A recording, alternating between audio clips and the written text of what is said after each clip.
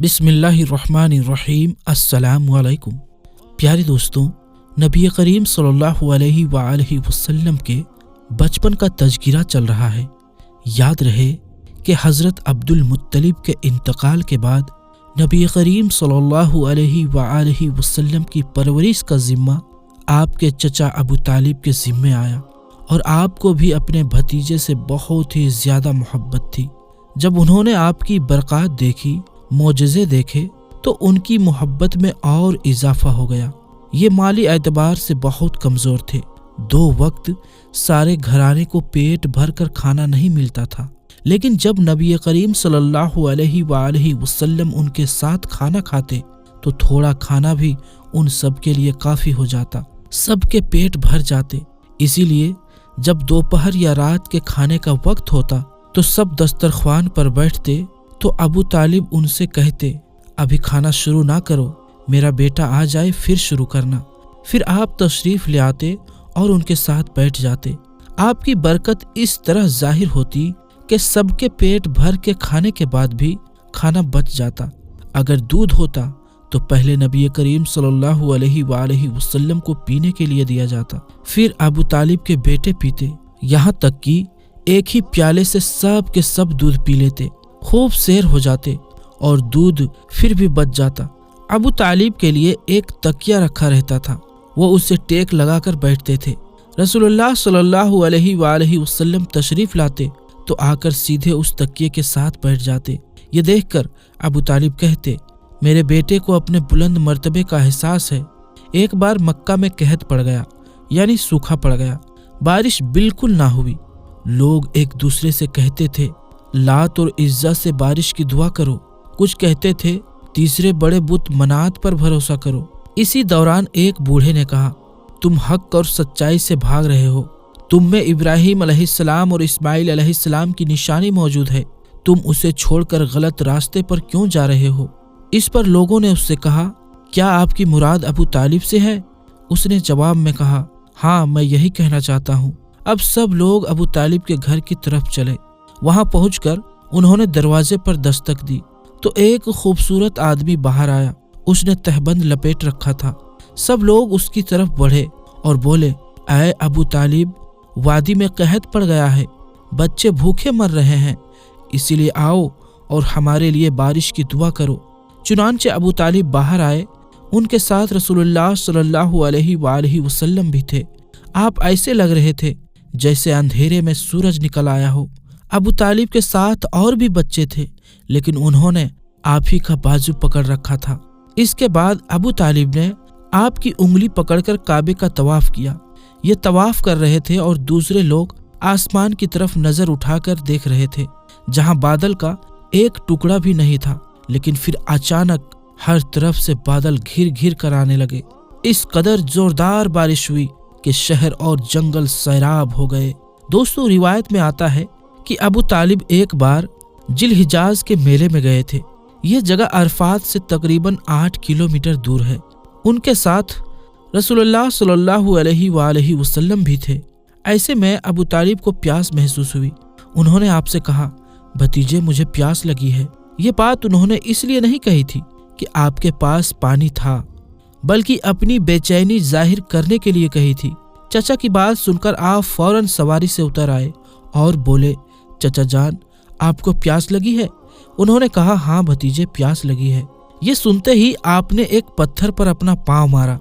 जो ही आपने पत्थर पर पांव मारा, उसके नीचे से साफ और उम्दा पानी फूट निकला। उन्होंने ऐसा पानी पहले कभी नहीं पिया था। खूब सैर होकर पिया और फिर उन्होंने पूछा, भतीजे, क्या आप सैर हो चुके? नबी करीम सल्लल्लाहु अलैहि वआलैहि वसल्लम ने फरमाया, हाँ। आपने उसी जगह अपनी एड़ी फिर मारी और वो जगह दोबारा ऐसी खुश्क हो गई, यानी सूख गई, जैसे पहले थी। प्यारे दोस्तों, कहते हैं कि हुजूर नबी करीम सल्लल्लाहु अलैहि वआलैहि वसल्लम चंद साल अपने दूसरे चचा जुबैर बिन अब्दुल मुत्तलिब के साथ भी रहे थे। उस जमाने में एक मर्तबा हुजूर सल्लल्लाहु अलैहि वआलैहि वसल्लम अपने उन चचा के साथ एक काफिले में यमन तशरीफ ले गए। रास्ते में एक वादी से गुजर हुआ। उस वादी में एक सरकश ऊंट रहता था। गुजरने वालों का रास्ता रोक लेता था। मगर यूं ही उसने नबी करीम सल्लल्लाहु अलैहि वसल्लम को देखा तो फौरन बैठ गया और जमीन से अपनी छाती रगड़ने लगा। आप सल्लल्लाहु अलैहि वसल्लम अपने ऊंट से उतरकर उस पर सवार हो गए। अब वो ऊंट आपको लेकर चला और वादी के पार तक ले गया। इसके बाद आपने उस ऊंट को छोड़ दिया। रिवायत के मुताबिक ये काफिला जब सफर से वापस लौटा तो एक ऐसी वादी से उसका गुजर हुआ जो तूफानी पानी से भरी हुई थी। पानी मौजें मार रहा था। ये देखकर आपने काफिले वालों से फरमाया, मेरे पीछे पीछे आओ। फिर आप इत्मीनान से वादी में दाखिल हो गए। बाकी लोग भी आपके पीछे थे। अल्लाह ने अपनी कुदरत से पानी खुश्क कर दिया और आप पूरे काफिले को लिए पार हो गए। काफिला मक्का पहुंचा तो लोगों ने ये हैरतनाक वाकया बयान किए। लोग सुनकर बोल उठे, इस लड़के की तो कुछ शान ही निराली है।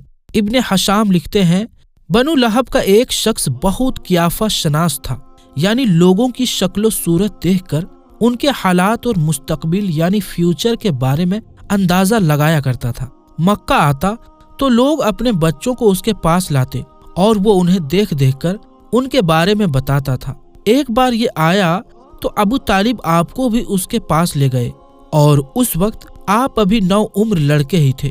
कियाफा शनास ने आपको एक नजर देखा, फिर दूसरे बच्चों को देखने लगा। फारिग होने के बाद उसने कहा, इस लड़के को मेरे पास लाओ।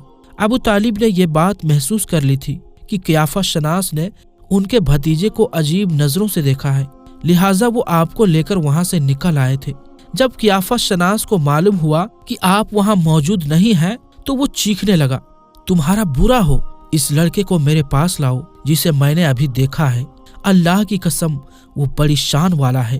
कहते हैं कि अबू तालिब ने निकलते हुए उसके ये अल्फाज सुन लिए थे।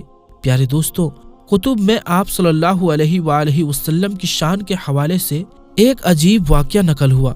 आप सल्लल्लाहु अलैहि वसल्लम के शाम के सफर के हवाले से है। कहते हैं अबू तालिब ने तिजारत की गर्ज से शाम जाने का इरादा किया तो नबी करीम सल्लल्लाहु अलैहि वसल्लम ने भी साथ जाने का शौक जाहिर फरमाया। बाज रिवायत में आया है कि आपने जाने के लिए खास तौर पर फरमाइश की। अबू तालिब ने आपका शौक देखकर कहा, अल्लाह की कसम मैं इसे साथ जरूर लेकर जाऊंगा। ना ये कभी मुझसे जुदा हो सकता है, ना मैं इसे कभी अपने से जुदा कर सकता हूँ। एक रिवायत में यूं आया है कि आपने अबू तालिब की ऊँटनी की लगाम पकड़ी और फरमाया, चचा जान, आप मुझे किसके पास छोड़कर जा रहे हैं? मेरी ना माँ है ना बाप। उस वक्त आपकी उम्र मुबारक 12 साल थी।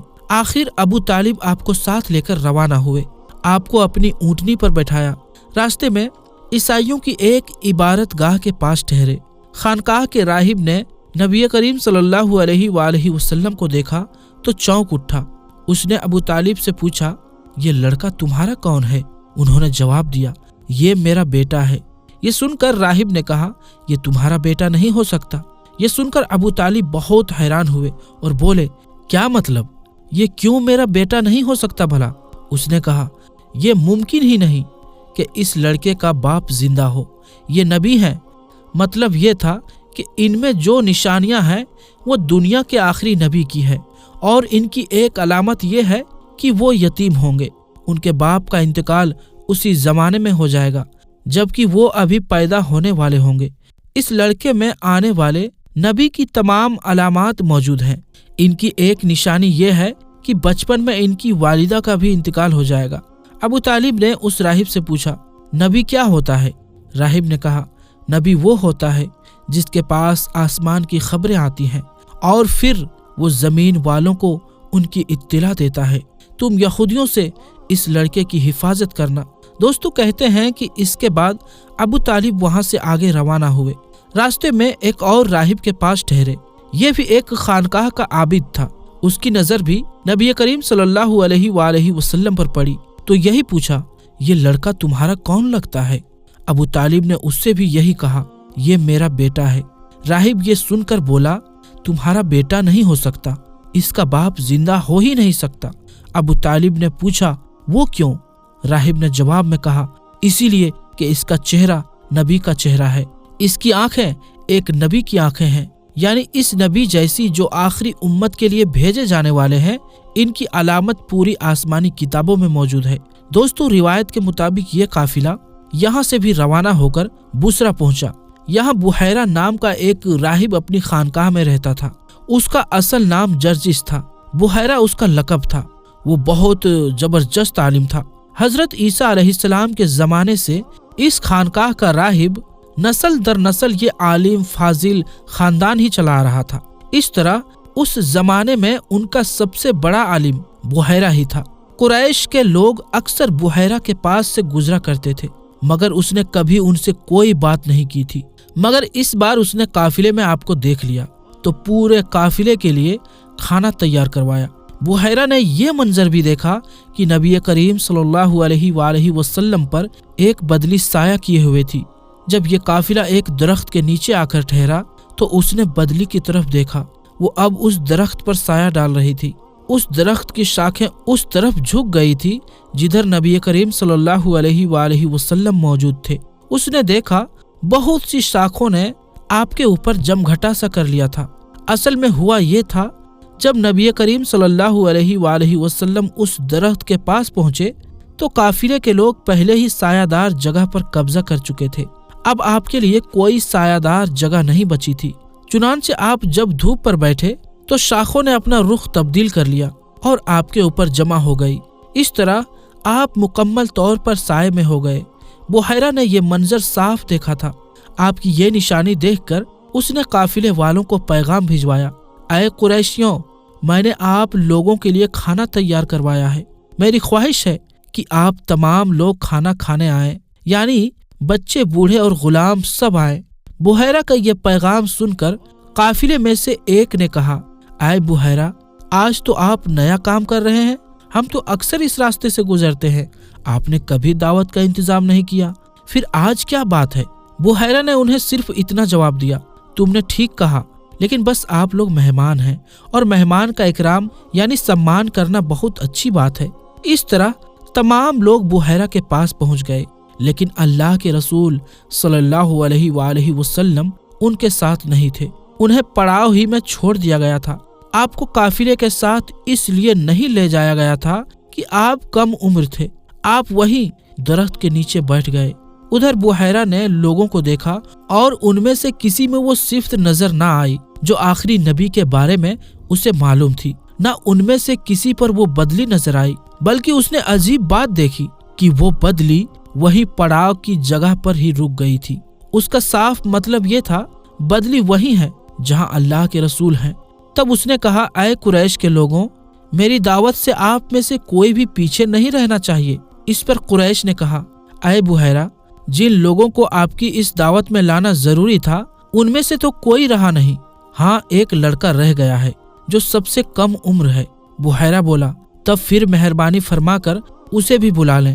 یہ کس قدر بری بات ہے کہ آپ سب آئیں اور آپ میں سے ایک رہ جائیں، اور میں نے اسے آپ لوگوں کے ساتھ دیکھا تھا۔ تب ایک شخص گیا اور آپ کو ساتھ لے کر بحیرہ کی طرف روانہ ہوا۔ اس وقت وہ بدلی آپ کے ساتھ ساتھ چلی اور تمام راستے اس نے آپ پر سایہ کیے رکھا۔ بحیرہ نے یہ منظر صاف دیکھا۔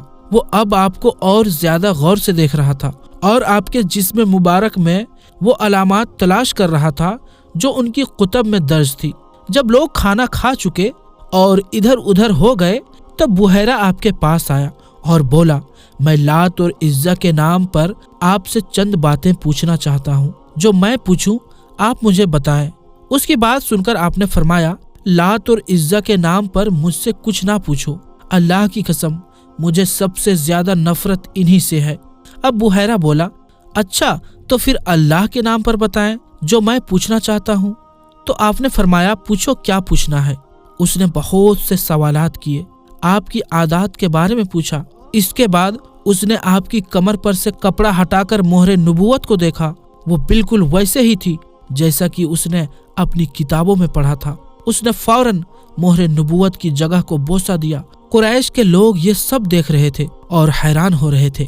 آخر لوگ کہے بغیر نہ رہ سکے، یہ راہب محمد صلی اللہ علیہ وآلہ وسلم میں بہت دلچسپی لے رہا ہے، شاید اس کے نزدیک ان کا مرتبہ بہت بلند ہے उधर नबी करीम सल्लल्लाहु अलैहि वसल्लम से बातचीत करने के बाद बुहैरा अबू तालिब की तरफ आया और बोला, ये लड़का तुम्हारा क्या लगता है?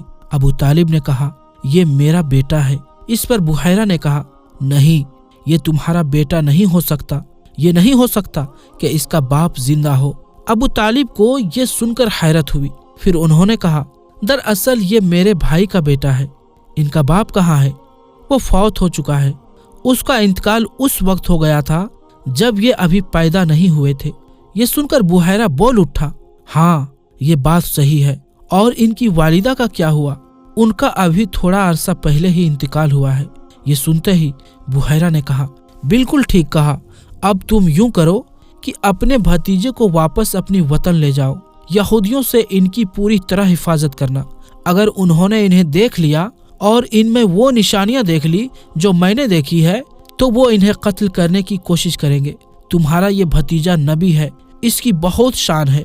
इसकी शान के बारे में हम अपनी किताबों में भी लिखा हुआ पाते हैं और हमने अपने बाप दादाओं से भी बहुत कुछ सुन रखा है। मैंने ये नसीहत करके अपना फर्ज पूरा कर दिया है और इन्हें वापस ले जाना तुम्हारी जिम्मेदारी है। दोस्तों, कहते हैं कि अबू तालिब बुहैरा की बातें सुनकर खौफजदा हो गए। आप सल्लल्लाहु अलैहि वसल्लम को लेकर मक्का वापस आ गए। इस वाक़े के वक्त आपकी उम्र 12 साल थी। तो दोस्तों, आज के लिए बस इतना ही। इंशाअल्लाह मिलेंगे अगली वीडियो में। तब तक के लिए अस्सलाम वालेकुम, अल्लाह हाफिज़।